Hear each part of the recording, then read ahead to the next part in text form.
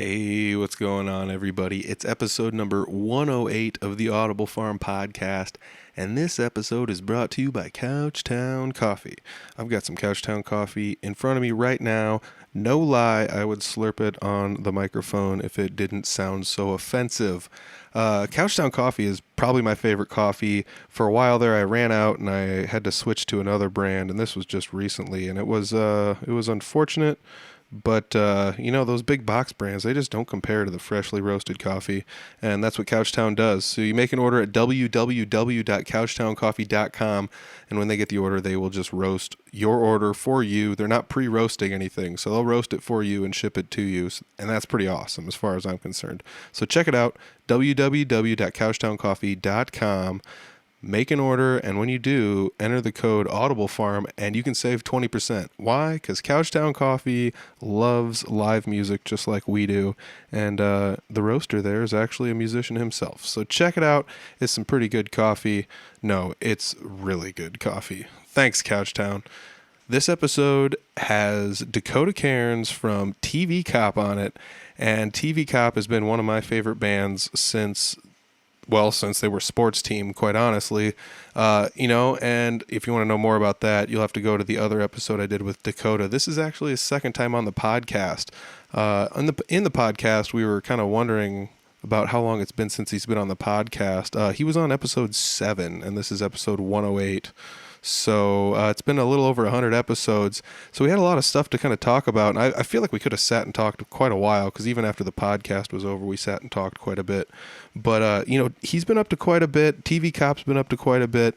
We discuss new music video that came out not too long ago for TV Cop, as well as the EP that they released not terribly long ago. And it's available on vinyl.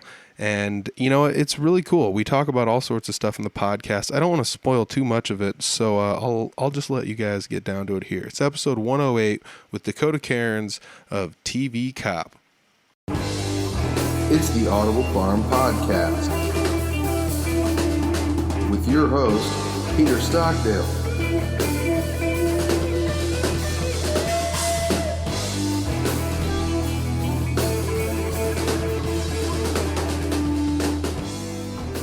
Today, I'm sitting down with Dakota Cairns. Cairns? I thought so. We've talked 2 years ago almost on the podcast. It's been a while, but when I was thinking about that, I was thinking it's been a while since I've seen you play live. I'm probably about a year since I've seen you play live, I would say. I mean, I'd say longer than that. Probably. Yeah. 2020 has not been kind as far as going to catch live shows and seeing your buddies play. But you guys have been busy. You guys have been real busy since the last time I talked.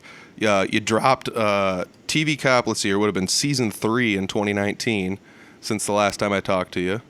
Yeah. And then you actually have another album that just came out, and it's called TVCSW. We're going to leave it at the abbreviation just for now. If anybody wants to take a gander or guess at what that means, go for it. Or hit up TV Cop Show and talk to Dakota and say, what does this mean, if you can't figure it out. So we will tell you. What's that? We'll tell you. Yeah, exactly, man. I love the new album. I mean, I was a big fan of season 3 when it came out. I've got a copy of it, actually a physical copy of it. That's how much I enjoyed it. And your new album is killer. I'm really loving the new album. I love the new music video you have for it. It's super creative. I kind of want to start there. Like, how did you come up with the idea for this music video? Because as far as I'm concerned, it's pretty ingenious, Well, I don't know. I was living in Iowa City and shit, and so with the virus and everything, got laid off. I ended up back in Ottumwa. So we just had so much time to sit and talk. Yeah. Turned the whole basement in the house that I live in now into a blanket fort. Yeah. That's all it was the blanket fort. And then, I remember, you're a little bit older than me, but Out of the Box, it was like a kid's show on Disney. I don't remember it. They just crawl into a cardboard box and it's huge. Oh, cool. Slides and so that's basically, what it was. That's nice, man. I mean, I guess I haven't seen it, so your music video was my introduction to that, so that's pretty awesome. Yeah. No, it was fun. It was fun to make. It was like we were doing it in like May, so that was the only time we had been around real people outside of like working Oh in God. a lot. So Yeah, I mean, March was when it all kind of shut down and everybody kind of started holing themselves up at home. So you had like 2 months of like not seeing yeah, anybody before you get yeah, everybody and together. like we played a show March 11th with Playboy Man Baby, Uncle, and the Good Devils.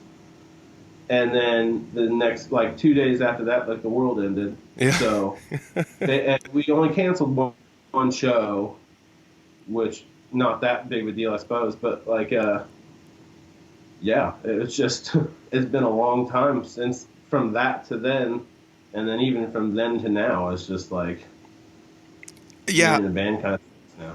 Yeah, I was talking to some people on a podcast not too long ago, and I was talking about that. I'm like, man, you had an album come out recently, and it was earlier in the year, but it seemed like years ago, and it was literally only like 6 or 7 months ago an album they had like, dropped, and I was like, man, this seems like, was it last year? And they're like, no, it was like 6 months ago, and I'm like, holy cow, this pandemic Yeah. has just been wrecking Oh how no, everybody gauges time and stuff. said we like that we put out season 3 in 2019. I was like, are you sure?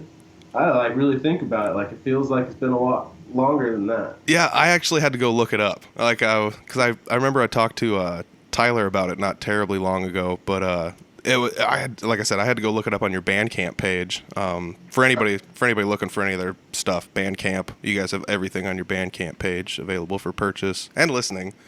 Yep, So, we're on Spotify. I mean, I think we're everywhere basically. But Bandcamp is where we get money. yeah, yeah, And do the Bandcamp. yeah.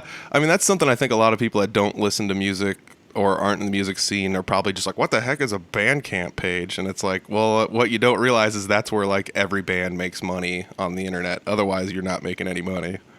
Yeah, and I mean we've had to actually put stuff up online since we're not playing live. Which I mean we probably should have did it a long time ago, but we were playing out so much in a month, every month, that it was just like we were selling enough at shows. But now when you're not playing shows, it's like, well, fuck, we have a lot of things. Yeah, no kidding.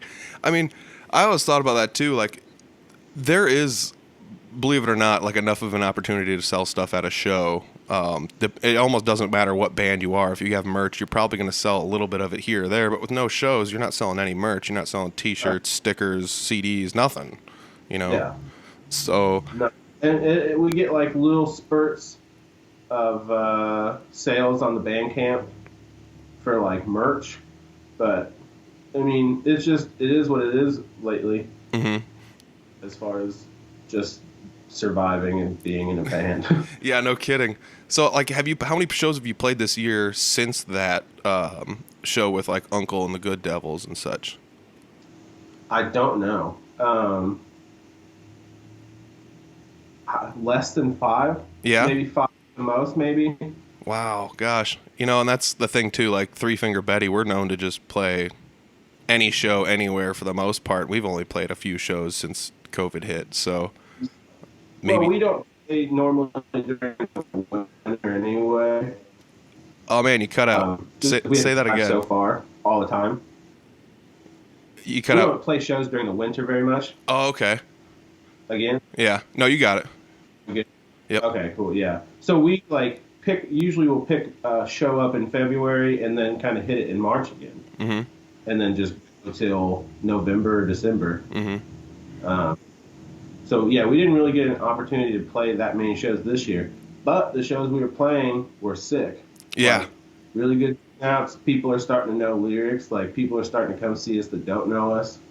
It was starting to get really cool around like Halloween last year. And so we were just, yeah, trying to hit that wave, and then the wave got shut down pretty good.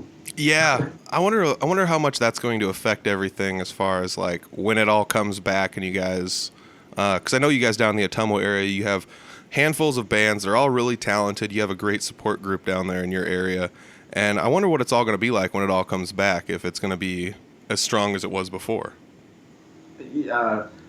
As far as down here goes, yeah, I think it'll be the same. I don't think it'll change at all. I mean, we lost the one venue we had in town before COVID. Was that the place I saw you at? Yeah, Market on Main. Yeah, I saw you guys there the day you changed your band name from Sports Team to Yeah, TV Cop. yeah. Yep. The last was our Christmas show. We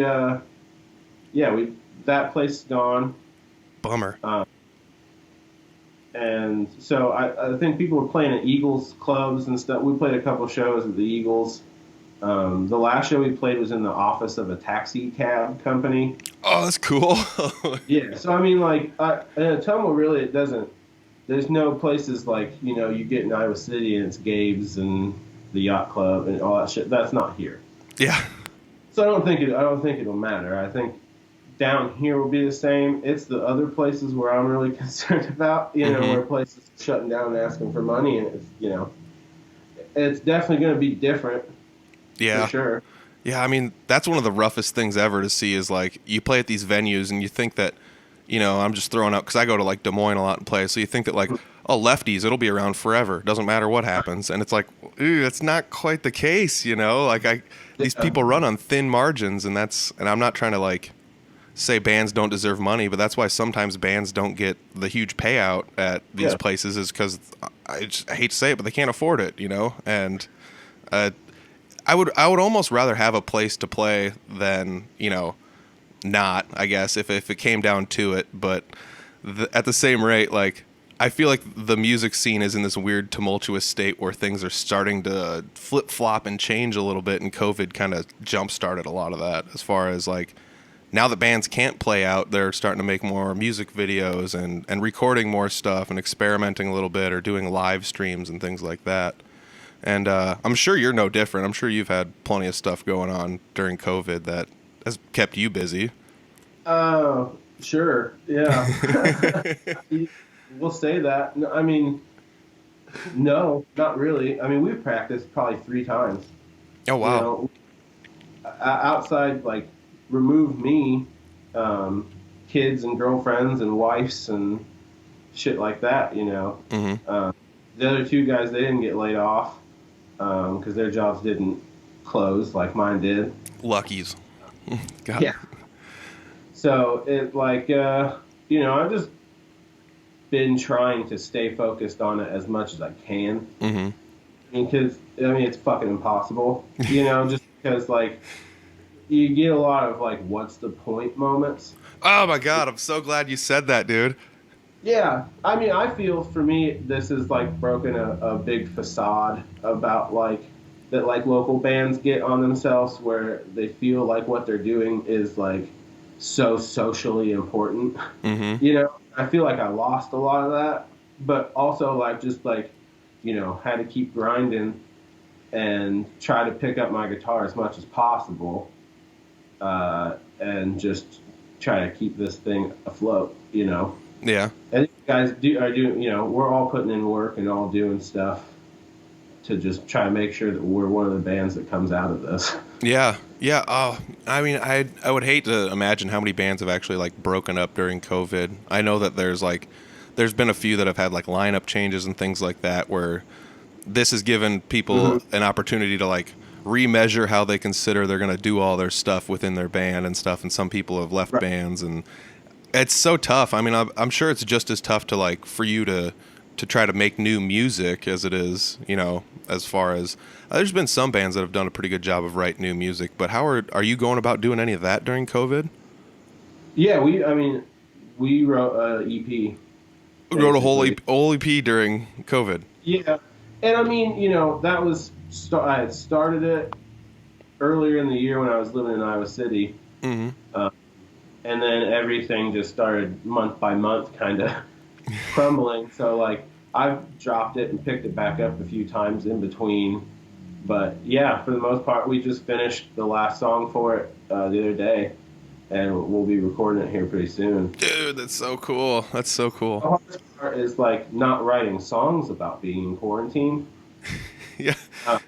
Because, like, I'm not doing anything, really. Like, I do a lot, and like I've had a job here and there, but it's just living in an area that I do, it's not the greatest for this Yeah. as far as smaller areas go. Yeah, man. So yeah, I don't know. It's changed the way I've had to look at like songwriting. I feel like before at work or like just being out and about, like hear things or like see things, and then that would give me ideas as opposed to like I watched Scrubs like start to finish like 6 times. So it's like there's not a lot there to Yeah. go off.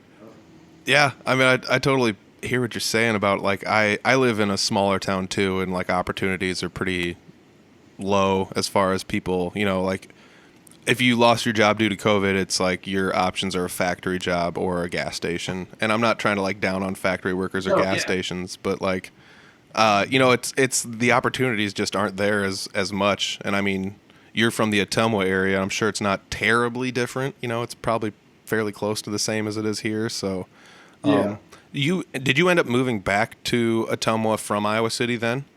Yeah. Oh man, I didn't know you moved back. I think I saw that you were like in Colorado not terribly long ago. Were you like looking for another place to live, or what's the deal with that? I've just been bouncing around a little bit, like as safely as I can. Yeah. Yeah.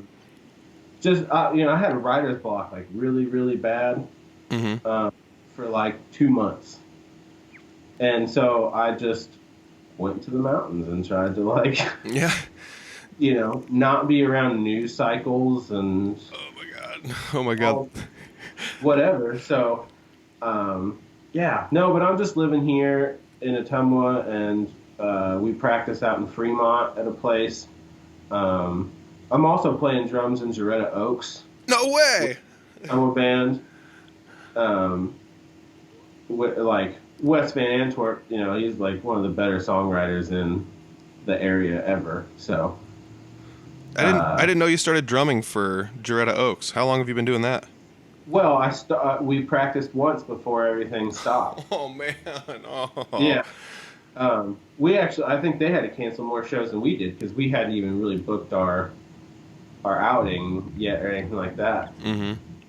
But we get together on Mondays and stuff, and we stay 6 feet apart and rip stuff. They have a big catalog between Dakota Oaks and North to the Future, which was a band that Wes wrote for before. Oh, cool. So there's just a lot of stuff to play through, and it's fun. I'm friends with all of them. Mm-hmm. Yeah, the whole like going to practices and trying to gauge all of that is always really weird because like during COVID for almost like 3 months I didn't go to a practice because I lived almost 2 hours away from where my bandmates live, and it was like I'm not really like super scared of COVID, but I'm not going to go looking for it and getting it either. So I was just like, it's like, I mean, I'm definitely concerned in and out, like at different levels and stuff. This has all been so an unknown on like every level. Yeah. And not even like a poor me thing, but like I've had, lost my job and had to relocate. And so a lot has changed even outside of the spectrum of like the real world. Yeah. For me, like, it's just been a hard time to settle in and like want to focus on music at all. Yeah. But I mean, it's worth it, I think, to have something to still tinker on. Yeah. So. I mean, I think about that too, where I'm not much of a songwriter myself per se. I mean, I've written songs, but they suck, and I keep them to myself. But like people that are good songwriters that can continually crank out an EP or an album every single year, I think about stuff like that. Where you said you had writer's block, and it's like, what do you do? Because there's not really like places you can go or things you can go do to kind of open up your mind to like a new area or new possibility. Where like you were saying, your only opportunity was to like, I'm going to escape by myself into the mountains and hide for a little bit and then come back a little refreshed, and that's something I think there's probably a lot of songwriters that are going through the same issue right now because, like you said, what do you write about? COVID? It just seems like such low-hanging fruit to be like, I'm locked in my basement. It's just like everyone's going to be writing that song, just like every comedian's going to be telling that joke as soon as everything opens up again. And it just seems like that low-hanging fruit you don't want to go after. Yeah, I mean, but like, it's gonna happen, and I did it on one of the songs on our new EP a little bit, but like, it's what are you gonna do? You know what I mean? Like you can I remember how things used to be, and I could write songs about the way it was still. You know, I'm not dumb. I remember 7 years ago. You know, but like I think it just changed things, and I hope that all my friends still come out of this playing music and everything. You know, I wasn't the only person that had to relocate from somewhere. You know, whether they're college kids or what, you know, whatever. People lost a lot of shit during this. Yeah. So we just hope that everything works out for everybody, you know? Yeah, it's so tough. I know a lot of you guys down in the Ottumwa area, and I guess I would just like generalize it very broadly as like the southeastern Iowa area. Like you guys are all very supportive of one another, and I would hate to see one of you guys drop off because it's just far enough away where it's tough for me to catch shows of your guys's. But you guys have so many good bands down in that area, and I don't want to lose any of you, if that makes any sense, you know? Yeah, and honestly, I don't think this is an area that will be affected like that. As far as like things shut down, but it was sort of business as usual. Yeah, you know, it's more of the like bigger cities where businesses were closing. You know, and when people lost their only income, and I would imagine a lot of people had to leave bigger cities like I did, and so I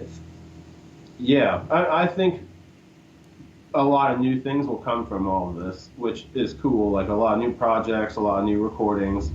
I know we're not the only band that's recorded, you know, during this, or is at least sitting on something. A lot of bands are just sitting on stuff. That they would have recorded before all this and would have put out by now. Yeah, that's another weird thing to think about. Where like, imagine you were going to release an album this year anyways, and it was going to be released in like June, and now what do you do? Do you sit and hold on to it, or do you release like the COVID EP, or like what do you do? You know, it's which was a conversation that we had to have, especially with the Black Lives Matter, all the protests and stuff that was going on when we did put out the EP. We had to have like a real conversation of, is this something that we need to really do right now? And we did end up doing it, but we donated money from it to the Eastern Iowa Bail Fund. So that's pretty awesome. You know? Yeah, I think there's ways to do stuff and make it acceptable without seeming like, you know, we just didn't want to seem like, look at us, you know? We just wanted people to have something. That was the whole point of us, like, really working to get this out, was just so our friends could have the music that we were, like, making for them. Yeah, exactly. And that's still why, we're still doing it, is, like, we like doing it, but also, there's a lot of people that like us. That's cool to us. So we just want to put out stuff. Not that we, have fans or, but just, you do.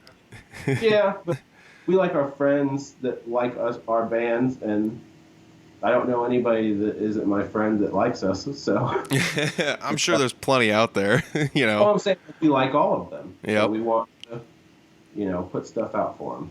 Yeah, exactly.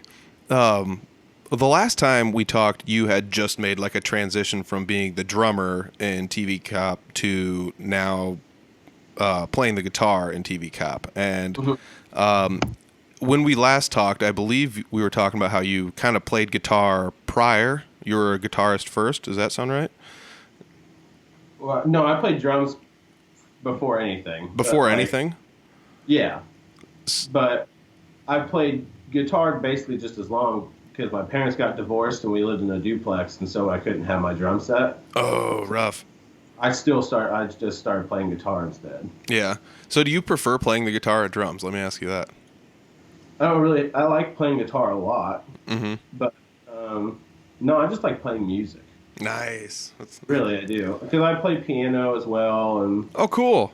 I can like sit in with, I like it a lot. Yeah, I just started going to jam nights and playing bass, and it's not like my dominant instrument by any means, but like I'm starting to figure out little bass walking lines and things like that as I play, and it's like this is really fun regardless of what I'm playing. Like I'm not playing a guitar, but it's still really fun to play a bass. I think bass is a lot of fun. I think it's honestly almost more fun than playing guitar. I've been thinking the same thing at these jam nights. I'm like, I'm not even picking up the guitar to play leads tonight. I'm just playing the bass. Screw it. Yeah. You know? It's fun. There's a lot of wiggle room. Yeah. I mean, I didn't think there was when I first started playing, but then you start to realize, like, oh, I can add little bits on the end of this, or pick up notes before I hit the actual root note, and people are, it feels really nice. Kind of comes together pretty well. How has it been playing guitar and writing, or were you writing the music on guitar while you were still being like the drummer when it was originally sports team? Yeah, and we were all. I mean, I still collaborate with them. Mm-hmm. But I would kind of like bring ideas, or they would bring ideas, and then I would sort of like structure everything out. And so, that was the easier part of the transition, was that I was already writing music for us. The harder part, I think, of the transition has been having to write all the lyrics. Oh gosh, I can just imagine. I mean, like I said earlier, I'm not a songwriter, and all of my lyrics end up being like in the same avenue. I always thought it was tough to write lyrics that were like, for me, if I wrote lyrics for an album, like every song would be like, oh, this song, the lyrics are like so close to the other lyrics. It's just like angry guy complaining about this, angry guy complaining about this, angry guy, and it's just repetitive. And how do you do you have any way to like steer clear of that, or how do you come up with these ideas that are different enough from one another so you don't just sound like the same thing over and over again?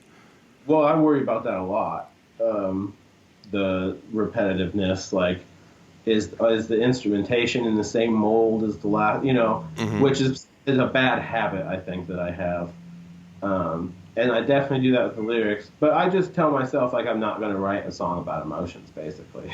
Yeah. Like, we used to, and I used to, and I like the songs that we have better that's, like,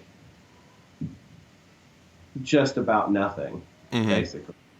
Yeah. Like, I do have on the new EP we have a couple songs that are basically just about depression, but it's still packaged in a way that isn't, I think, just like for me. Yeah, it isn't just outright like just it's not like you're just like woe is me type depression stuff. It's actually still entertaining to everybody else, and they can still relate to it because they've probably been through it. I hope, yeah. I just try to write songs the way that I talk. And so I think that's, where a lot of the rambling comes from. Dude, I actually really enjoy that because listening to how different people write lyrics, it's kind of fun because some people use like heavy analogies and other people only speak in like small bits of ideas, and other people will write lyrics with like full sentences in mind, So I always thought that was kind of fun to look at the way different people wrote their lyrics and how they comprised them, and whether or not you could you could just put like a comma here and a period here and that's a full sentence, and then the next one, same deal, and you just keep going with it, and it's kind of fun. But like, I get what you're saying about like trying to speak about like something that's important to you, but broadening it up just enough so everyone else can understand it. Like in your music video for Anyway, one of the lyrics I believe is something like, I'm sitting here wasting my brain away, and you go on, keep talking about all this stuff you're doing, like, I need to finish this season of Brooklyn Nine-Nine, and it's like that everybody, regardless whether or not you're watching Brooklyn Nine-Nine, but it's like you feel the hurt. It's just like, like, what was I doing before the podcast today? It's like, well, I was watching King of the Hill. It's like, am I doing anything important right now? Like, probably, I probably should be doing something better, but, and you actually like wrote a whole song about it, which is kind of ironic because, you wrote a song about wasting time not doing anything, Yeah. and No, I know. And I wrote that before COVID. So, like, that's why, that one felt right to put out, because it's like everybody's just sitting around watching TV right now, and that's basically what that song is about. Yeah. I love that music video. I've watched it so many times. It's on Facebook, I believe, as well as YouTube. Does that sound right, or is it just on YouTube? No, it's on YouTube and Facebook. All right. Yeah, I thought I saw that because I think the Facebook view count is much higher than the YouTube view count. Yeah. But it's definitely on YouTube. I saw it before this on YouTube. Yeah, it is, which is unfortunate that, like, I don't know if we can put videos up on Facebook anymore like we used to. Gosh. Everything has to be YouTube, but, like, yeah, our Facebook numbers are a lot higher than YouTube. We don't really push to YouTube as much, but we're going to have to start. But, yeah. Yeah. Well, that's another weird thing is COVID made all these musicians, all of a sudden, like all these different groups and musicians and pages blew up where people were like, check me out, I'm doing some live stuff, check me out, here's some footage I recorded recently, let's upload clips and all this other stuff. So all these groups and pages just blew up with all these musicians and people making all this stuff. And then, I don't know, Facebook came out with that very, very vague, like, you can't create a music experience on your page or something. And it's like, what exactly does this mean? And we're all... Yeah. It's a wait and see thing. Yeah, we're all kind of in the dark, and for all I know, it could just be do whatever you want still. But like, yeah. I don't know. And I like what you said. It's like, do we have to push people towards YouTube? Like, we might have to, but for right now, it's kind of just let the sleeping dog lie until you see what comes of it. Oh, sorry, I derailed what you were saying, but no, it's totally cool. I don't even know what we were going at actually. Who helped you make the Anyway music video? Was that just something you guys did all in-house, or? Yeah, I mean, the only part that we had help with outside of anything was Good Devils helped us edit it because John has a computer and Bendy knows how to edit. So we all did it together, and then as far as the editing goes, but setting it up was just me and TP. Oh, nice. Both of us really like doing the like set design kind of stuff. Mm-hmm. If you look at the other two videos we had out before this one, it's the same thing. It's just a basement that doesn't look like it anymore, you know? Yeah, I remember Jarringly Caucasian, the music video for that one, and same like very basic concept. Like if you didn't know it was a basement, you wouldn't know it's a basement, you know, because it's all disguised very well and it looks more like just a place where everyone's partying, you know? Yeah. But this was just like stuff we already owned. Mm-hmm. All the posters, the knickknacks and stuff, that was all mine. Mm-hmm. I just got old family stuff, old NASCAR stuff, and so that's what all went into it, you know? Yeah, I mean, you are definitely a NASCAR fan. That's something, if people don't know, you are definitely a NASCAR fan. I saw the Dale Earnhardt poster on the wall, made me smile. When he died, my interest in NASCAR slowly went downhill until it went to about nothing. But that's mine only went up. But Earnhardt's dead. Good. Now we can get to the good stuff. No, or what? No, but I was just like, I was really young when he died, so. Mm-hmm. It was like that was the first race I remember start to finish, so my interest only went up. Oh wow! I could see that too, being young and just being like, holy cow, somebody just died during this race, you know, and this serious business. Where I was just like, Dale Earnhardt's the best, he's the best, and then somebody once was just like, dude, Dale Earnhardt just died, and I was like, what are you talking about? And I had to like go watch a news report back. That was back before the internet, you know, was dominating, so you had to go find a TV and wait for the news report. Oh no, yeah. No, 2001 was a hard year for a fourth grader. Oh gosh, I can just imagine. Yeah, I believe you're even wearing like I don't have the music video pulled up right now, but I believe you're even wearing like other racing merch like during the music video as well. Yeah, I had like Ryan Blaney hat on, I think, and like a dirt racing shirt. Mm-hmm. I mean, I have a Matt DiBenedetto hat on. Nice. I love that stuff. I was speaking of like people wearing stuff in the music videos, you guys have always been some of the best as far as like supporting other bands and other acts and things like that in your music videos. I do recall one of your first music videos, there was a Three Finger Betty shirt that Tyler was wearing, and in this one, the one for Anyways, there's, give me a second, I gotta look at my notes here. Let's see here. I believe TP's wearing an Uncle shirt. Does that sound right? And, and Ronde's wearing a Bain Marie shirt. Yeah. Yeah. They even like show him putting on like the bandana, like he's like Karate Kid style. Like, I love it. And that's one of the things I've always thought was coolest about like the punk area and like the genre was like you would go see punk bands like, and I'm just throwing out for instance like Warped Tour or whatever. It's just like, oh, what do you know? It's one of the dudes from Newfound Glory wearing a Blink 182 shirt or something, just something like that. And I was always like, this is so cool that they all like high five each other and support each other, and even when they're doing something that's for them, they can still kind of like give a little wink and a nudge at somebody else and be like, check this out. These guys are cool. And I mean, that's probably been one of my favorite parts about like the punk scene, generally speaking. And you guys have always been a big proponent of supporting other bands and things like that. Yeah, we don't like clicky, and Yeah. So, I don't know. We don't really subscribe to any of that shit. So That's a tough thing to get away from in the music scene, though. As much as we all want to say like, I don't do it, it's there in the music scene. Yeah, it's around. We just don't we don't go to those places or any of that stuff. We avoid that. So we like to like pump our friends up as much as possible, and not just that they're friends. We truly believe that all these bands are really good. Mm-hmm. So it's like the Three Finger Betty. We genuinely enjoy y'all and your music, so we like playing shows with you. So Yeah. same with Band Marie and Uncle. And when I was living in Iowa City, I lived around Band Marie and worked around them, so it was like they're our good friends. Mm-hmm. And so we just thought it was the least we could do to put a shirt on and throw it there.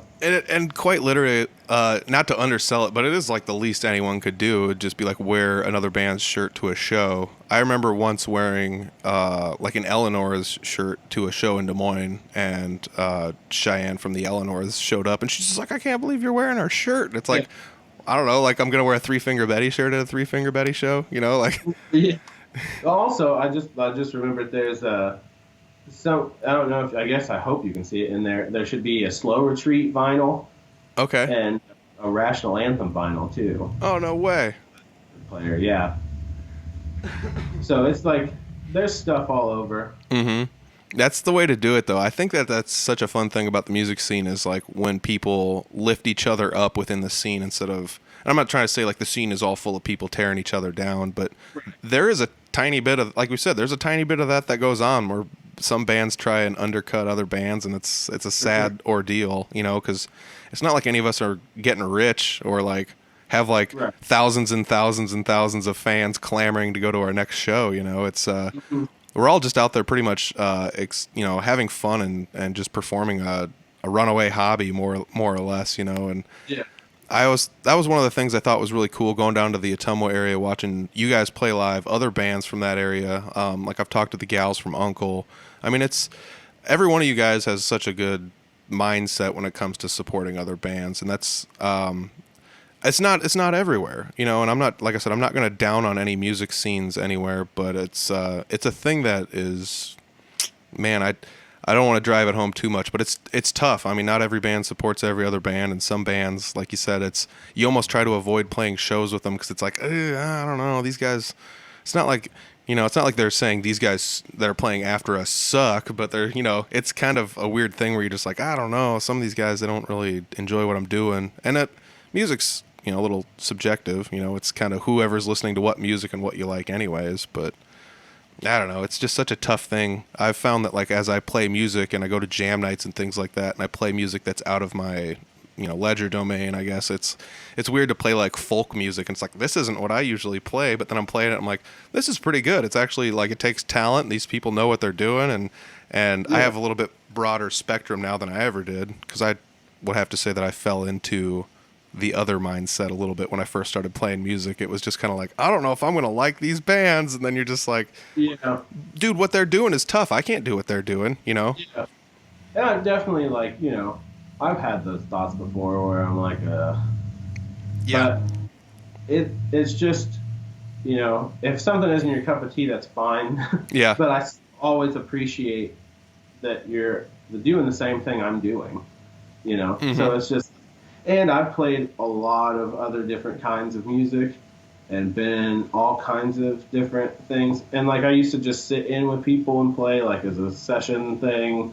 I played with like 80-year-old dudes playing country, Irish folk, like, so I mean it's everywhere if you want it, Mm-hmm. I just ended up settling on this one thing and I like certain stuff, so but I try, I always try to be cool, even if I don't, necessarily enjoy it. Dude, But and I think that some of that might just be the experience that people have. So like you said, you've played with like Irish folk stuff and like older guys playing country music and things like that, and just having been through all those different genres and playing with different people kind of gives you a little bit broader mindset than like, let's say if somebody only, like I've only played Metallica, that's all I play on the guitar, and it's like, not that there's anything wrong with that, but it's still like that person's mindset's going to be a little bit tighter than somebody like ours. They don't have the ability to say like, oh, I've been there and I've tried that and I've done this thing, and they're just like, I like this and this is all I like, and if it's not this, then I don't like it, and like I said, I mean, that's how I was in my young 20s, like teens and stuff. That's just how I was, and to see people like you're a little bit younger than me, to already have an open enough mindset to think in a broader sense than I was when I was your age. Took a while, but yeah, I mean, now that I'm 28, like it's a lot easier to be like whatever than it was, Yeah. There's a lot of years that I did not play music just because I was like caught up in myself, Oh my God, yeah. Thinking that like I was gonna I just needed the right people, you know what I mean? And like that's bullshit. Yeah. So like, I don't know, it's a lot of mistakes that I made that wasted a lot of time, but it's just the fact that like you just got to be open. Mm-hmm. More, it's a foot in the door is a foot in the door. It doesn't matter where. Mm-hmm. Dude, I guess. I think that's crazy because I feel like a lot of people have been through exactly that. I did kind of the same thing. I was just like, I just want to play metal music, and metal music's the best music. And then you get into your 20s and it's just like, nobody around here plays metal music. I'll just quit playing the guitar then. And I kind of did the same thing you did, where I was just like, I'm just not going to play, for a while. And then I started playing again, and that was when my mind was like, I realized it's a little bit more open. It's like, man, I like blues music and I like all sorts of stuff. So you start like, oh, I'll just play in a punk band and see how this goes. And you start incorporating some of those like little bits of metal and blues into this punk. And, you find a band where everybody's open-minded enough where they're not like, that doesn't work, and like that also is something that has to be said about finding like enough people that are comfortable enough around each other to open up and give their ideas to one another, and I mean, you and Tyler have been in a band together for a long time. I'm sure you guys are pretty comfortable with one another doing that. Right. Well, since I was 14, so whatever the math is on that. Oh, geez. Half your life? Yeah, basically. So, it's just, I don't know. I think it's hard to write songs with other people, but I don't know. It's more rewarding, I feel like. Because, like, I come with a lot of ideas or songs that are finished. And it's like you get it in your head that there's not a lot of wiggle room because you're like, this is how I wrote it. Yeah. And so it's like it gets harder to be like, sure, yeah, you can change that, or yeah, we can move this around.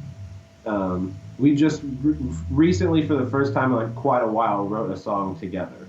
Oh, cool. Like as a band. So yeah, I mean, it's just like I think me especially took a lot for granted being in a band and like playing music just in general, and this is all kind of like reset me a little bit.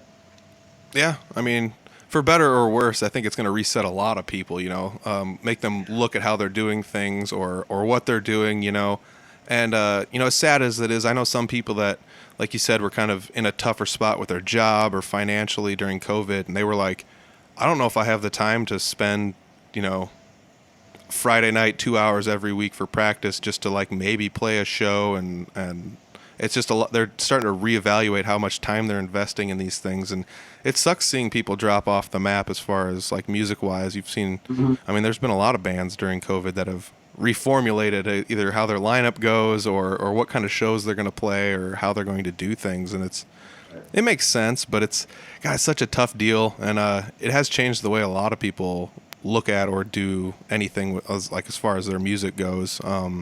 I do know that there's been lineup changes in bands near me, at least. I'll probably let on a little bit more about that in later episodes, but yeah. So let's change the topic just slightly. The Anyway music video, it's available on YouTube. I will put a link to that in the description down below. So if anybody wants to watch that, that's the place to watch it. It's on YouTube. Give it a like. Give TV Cop a subscribe while you're there too. Sock puppets. So What's that? there's sock puppets, if that's a pull to people. Dude, that is like the dark horse, my favorite thing in the music video. When I saw the sock puppets pop up, I was just like, yes. Like, I don't know why it made me smile so much. Yeah, dude. Yeah.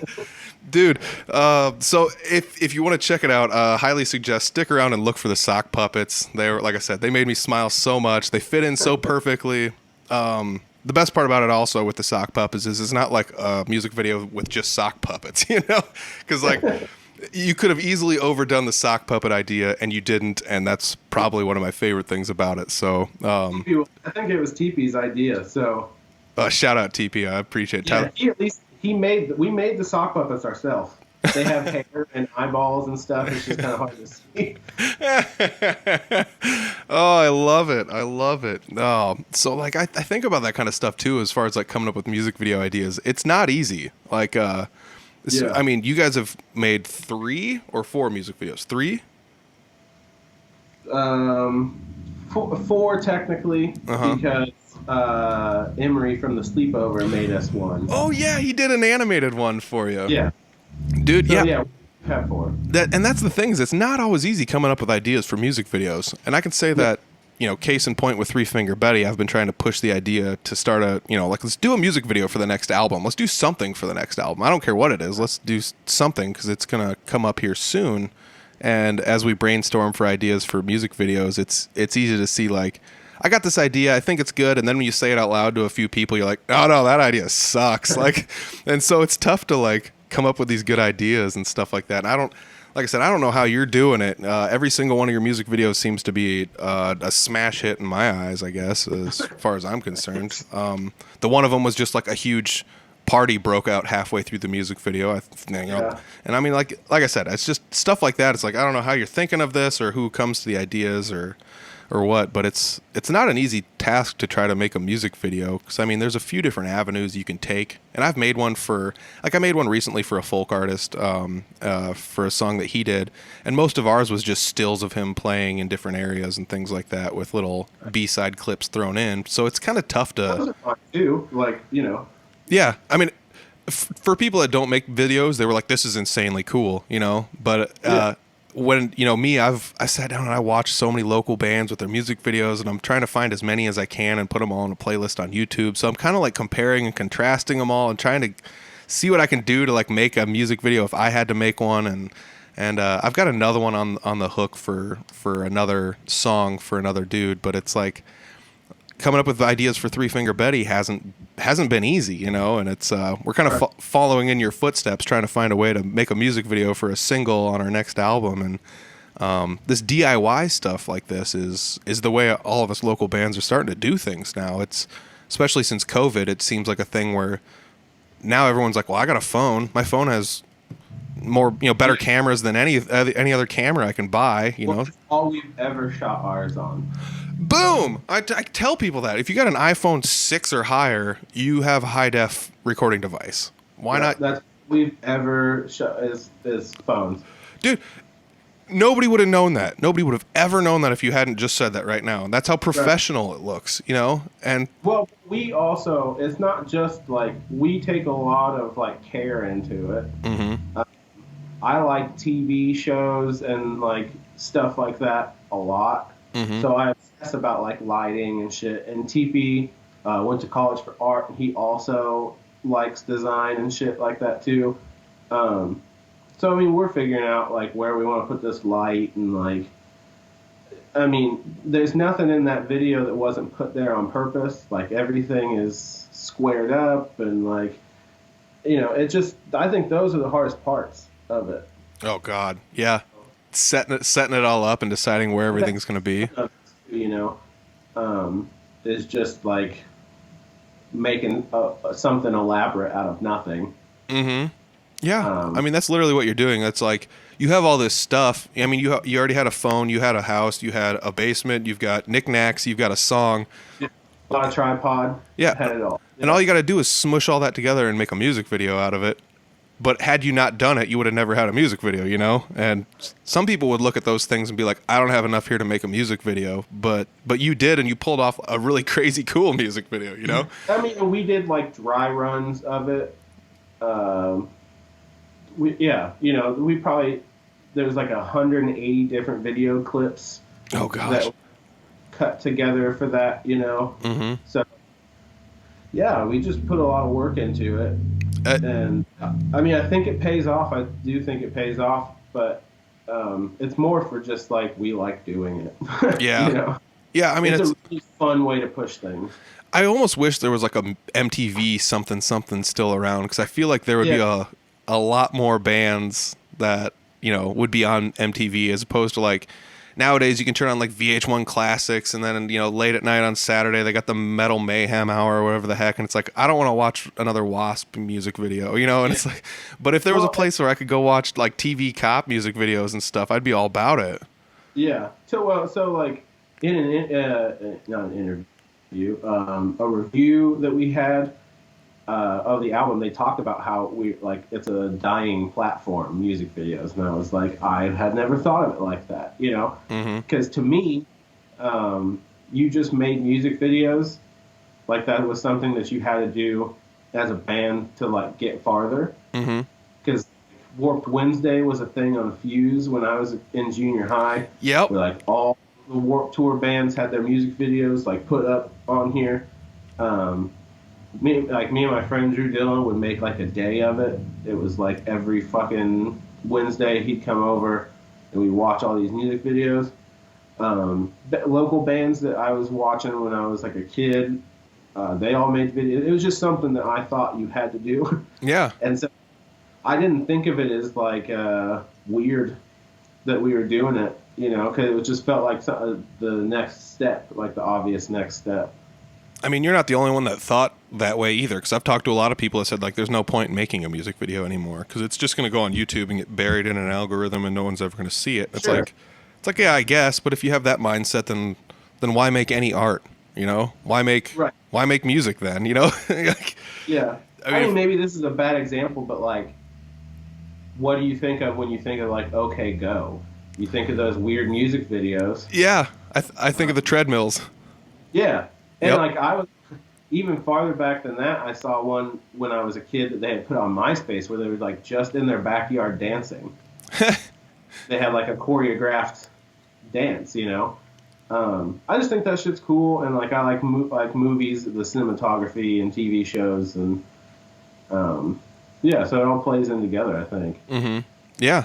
I mean, kudos to you. It's like you said, it might be some sort of a dying art of some sort, but I think it's necessary, you know? I think that people enjoy watching music videos. You know, it might not be something where everybody, like you said, is taking a whole Wednesday out anymore to watch, you know, 2, 3, 4 hours of music videos, but... No, I wouldn't, you couldn't get me to unless I was, like, inebriated. Yeah. Yeah. Yeah, I mean... I bet I feel the same way. Like, I have sat down and watched music videos. Like, I crapped all over metal music videos just a little bit ago, but I used to sit down and watch those like on loop. So I get it. It's an extra dynamic. It's more fun than simply just listening to the radio, as far as I'm concerned. You know. Yeah. You know, it has good music. Like a couple of good music videos that they put out. Like I'm pretty sure Rational Anthem has videos out. Like, there are other local bands that are, like, putting out good videos. Yeah, definitely. If there are any bands listening to this that are putting out good music videos, send them my way. I'll throw them in a playlist. Your new music videos in a playlist on YouTube that I have on the Audible Farm channel. So if anybody's looking for Iowa music videos, there's a playlist there. We'll have 2 coming out before long for this EP. And then... when we put out our other one, we'll do videos for that too. So, dang, that's crazy. So you got a new EP coming out. Do you have any idea when you're gonna attempt to release it, or? The goal's mid-November. Cool. So that'll be 2 this year. You would have released then 2 EPs. Yeah. One at the beginning and one at the end. Yeah. That's pretty wild. You know, a 10-month. That was the plan. Yeah. Like all along. was to get 2 or 3 releases out this year. Mm-hmm. What are your thoughts on like the full album? Like I've seen a lot of bands saying the full album is dead. A 12, 13, 14 song album is not something people want anymore. I mean, we got one. Yeah. Our first release was 13 songs. Mm-hmm. They all go in and out of each other if you have like a physical copy. Online, it's kind of hard, the fade in and out thing. But if you have a real copy, it's like I wrote it for vinyl, basically, like all one side, 2 sides. But like, yep. Yeah, I do see that going away a lot, but I like it. Yeah. I like a 13 song. You know, I'm almost disappointed when it's like not that many songs. I feel exactly what you're saying, Yeah, and I'm not trying to. Too, so What's that? Well, that's what we're doing. You know, Mm-hmm. not just putting out EPs, but it's not because we think that LP is dead. Mm-hmm. It's just I don't have that many songs right now, but. Yeah, I do know what you're saying though. It's super sad, and I'm not gonna throw anybody under the bus, but I'm gonna point at Eugene Levy. It's just like every time they release something, I'm like, I wish this was more than 3 songs, but at the same time, they're doing that like 2 or 3 times a year, so you can, in the course of a year, get a full album anyways. Like, and they rip, but like, and I kind of maybe see it in the same way that they do. And I honestly I can't speak for them because I don't really know. Yeah. I know them, not really, but like, it's harder for me now to sit on stuff Mm-hmm. and have it out. Like I feel like if it's out or if it's done and it's polished and it's like ready to, like you're ready to show your friends and stuff, well, you might as well just show everybody. Mm-hmm. I feel, and especially now with like you don't have to have a big release show. Mm-mm. You can't have a big release show, so it's. You know, I think it's more stuff. If you look at it in the terms of like making money, in terms of like merch, if we were playing shows, like that's just more stuff you have. Mm-hmm. Just, you know, you have this 3 song, you have this 5 song cassette, vinyl, here's this album. You know, I don't know. That's the way I always thought of it, was just like more stuff Mm-hmm. is maybe better. But yeah, it can be argued that like we could have put these like 5 songs from the last one with these 4 from the next one, but like Yeah, but then we wouldn't have had the music video already. We wouldn't have already had the ability to listen to these songs. Right. I get what you're saying. If it's ready and you can record it and it's already polished and it's done, why wait 11, 12, 13 months to get 6 more songs just to make a whole album? Or, you know, some bands, why wait a whole another year plus? You know, some bands only release albums every 2 or 3 years, and I think it has a lot to do with like how fast does a person write? True. Like to completion, you know. And I think I would guess that Brian and them and Eugene Levy like write pretty fast. Yeah. Yeah. I mean, I would assume so. Like, and I write somewhat fast, slower than I used to, but like. I feel like these songs that we have coming out, it's just a different batch. Mm-hmm. It like has a different feel to it. It's like nice, a whole different thing on its own, as opposed to these last 5 were from the first 13. You know what I mean? Like it's all separate little chapters. Some are longer than the other. You know what I mean? That makes a lot of sense. I mean, I like the analogy of different chapters. Some are longer than the others. They all go along with the story, but they're all, you know. It's super cliche, but I mean, like that's it is really what it is, though. You know. Yeah. Yeah. You know, and that's I love your guy. You guys have always been really good at putting out content, keeping people entertained. You never wait terribly too long in between recordings or music videos or things that you're doing, you know, in order to, you know, at least entertain the masses.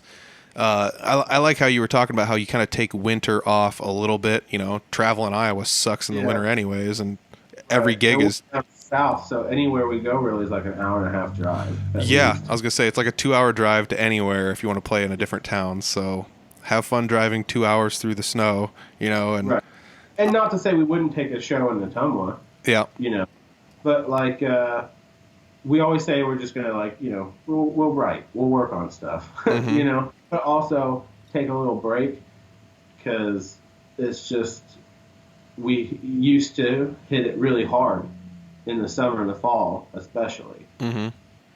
And that, that takes a lot out of you when you're working 40 hours a week on top of. Yeah, two plus band practices a week, I think, is what you guys were talking about last time I talked to you. Well, yeah, we used to practice 5 days a week. Jesus. No wonder you're so tight as a band, you know? I mean, now it's like not at all close to that. We try to get together once a week, but everybody has different schedules. Yeah. Now, especially so. Yeah.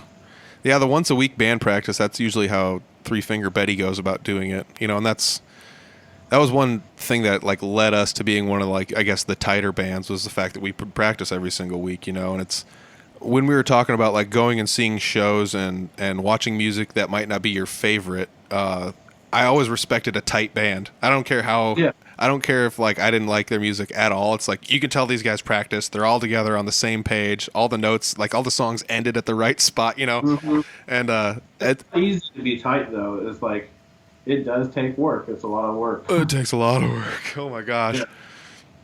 Yeah, I mean it's tough to get used to playing with new musicians or the musicians you're currently playing with, and I'm sure you've in TV Cop and Sports Team has had little bits of lineup changes here and there. So yeah. I mean, you even swapped instruments. So right, yeah. TP's the only one who hasn't changed his job. What a loser! No, I'm just kidding. Yeah. I love you, TP. But like we even like lately, we have like other people we're writing with that are like helping us either on drums or whatever. That are just people that are around where we practice. So they're we just try to get other people in and help, and if we can't all get together, somebody else can hang out, and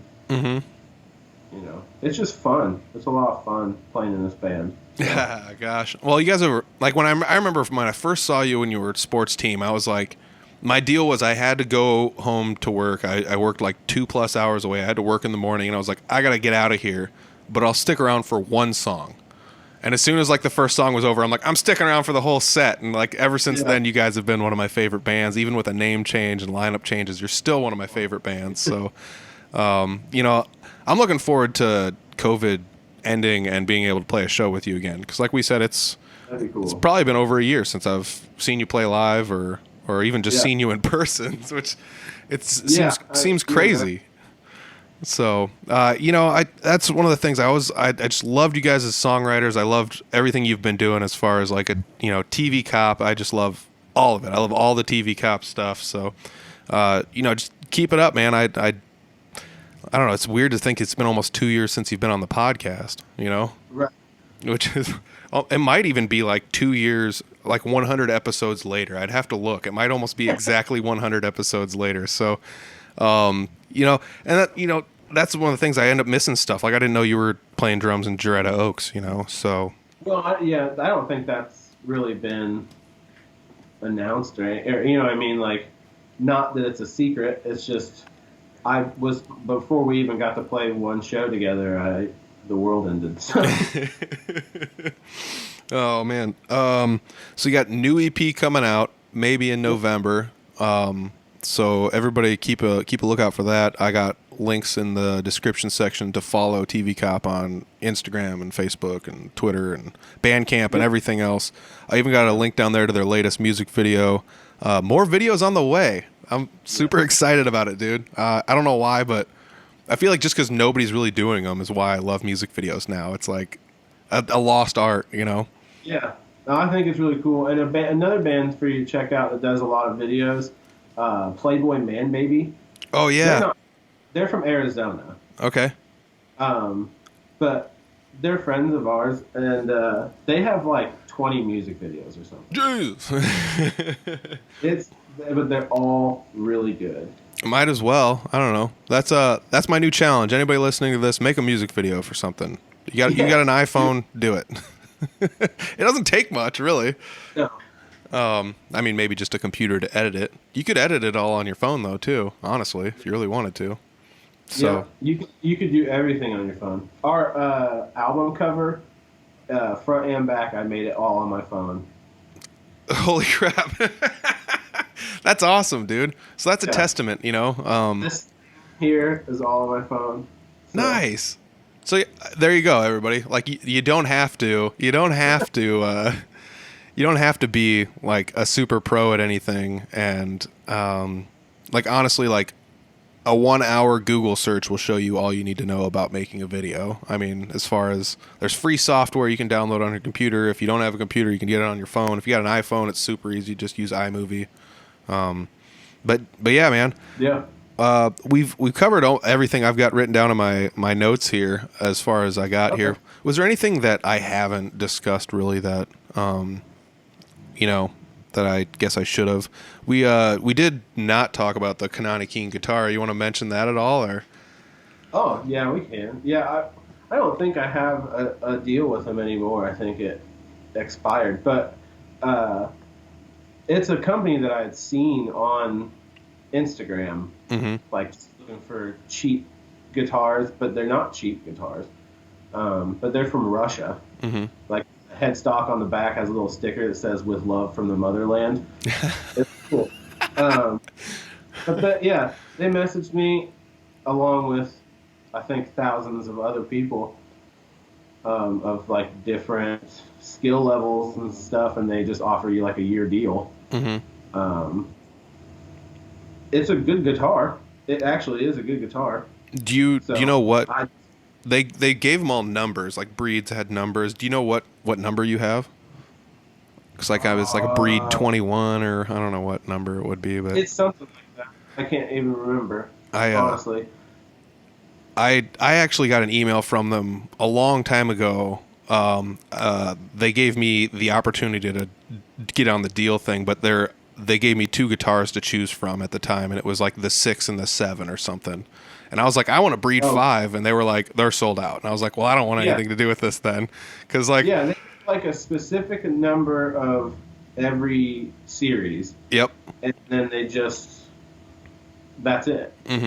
Yeah, then they're done. I don't know how they're doing it or what their factory looks like. I think they're all just a really small company as far as I know, but yeah, and it's like it's a decent guitar. It's heavy. Nice. Which I like.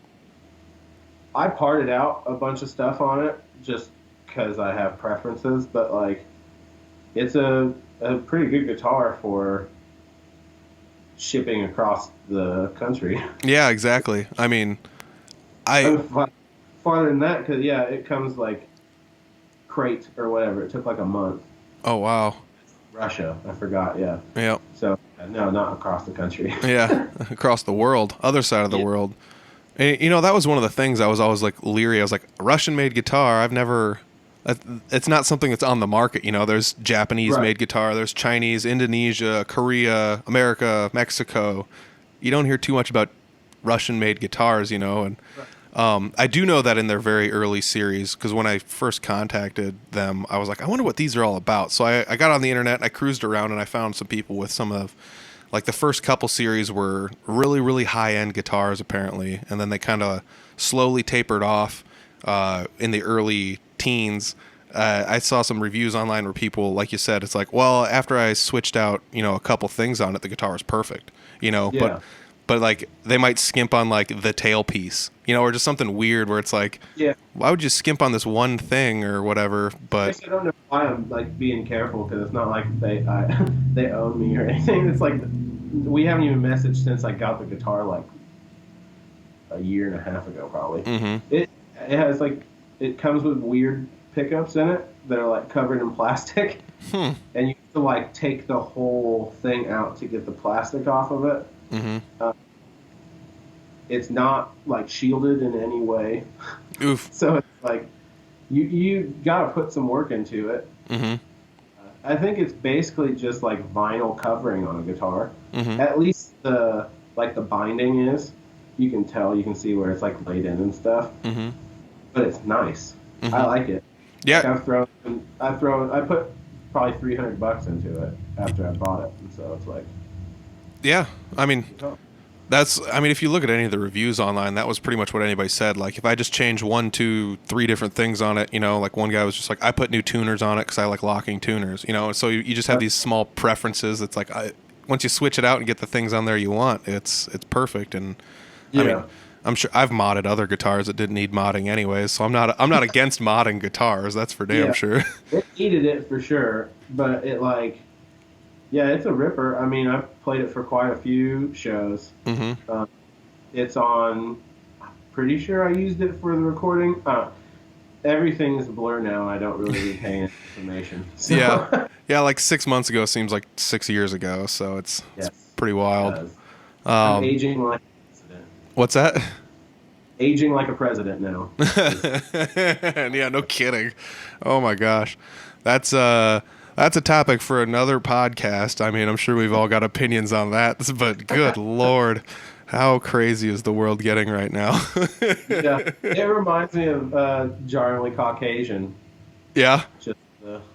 Just it all just rots inside my brain. Yep. Oh my gosh. Dakota, we've covered all of the good stuff. I'm going to say it again. Check out the new music video. It's not really that new anymore, but it's still new to me, and it's still awesome. If you haven't seen it, it's new to you. So go check out Anyway music video. It's in the description section down below. Just underneath that, you will find all of the TV Cop music video links, or all the links to your social media. So I'll put Facebook, Instagram, Twitter, Bandcamp, YouTube link, anything else you want me to put down there. It's all down there, so go check it out. New album coming out 2 months, like within 2 months. So, yep, dude, it's been great. So what's that? For sure this year. Nice. It's been awesome talking to you. I'm gonna hit pause on my recording and stuff, but don't go away. I'm gonna talk to you after the recording ends. So thanks, Dakota. Cool. See ya. Thank you. Yep. Oh baby, that's Dakota from TV Cop, everybody. If you're wondering, like, oh, why didn't you get into his background and all this other stuff? Well, I did that in episode 7 a little bit. So if you guys want to check any of that out, that's episode 7 of the Audible Farm podcast. That was the last time I talked to Dakota, at least on the podcast. It's almost 2 years ago. It's been a while. And TV Cop has been up to a lot, like we talked about in the podcast. If you guys want to check out that music video, it's the first link down below. Otherwise, all the other TV Cop goodness is below that. Their Bandcamp has everything available, even merch. The vinyl, their new album is out on vinyl. They actually have an affiliation with Bloated Cat Records. I got to give Bloated Cat a shout out. We forgot to do that in the podcast. We also teased a little bit that Dakota is the drummer for Joretta Oaks now, and well, we kind of kept that one a little bit on the low key since they're not really playing any shows, and I don't know if that's supposed to be announced, but if it is, congratulations, you listened to this episode and you got some unannounced information. So that's a possibility of things that are happening as well.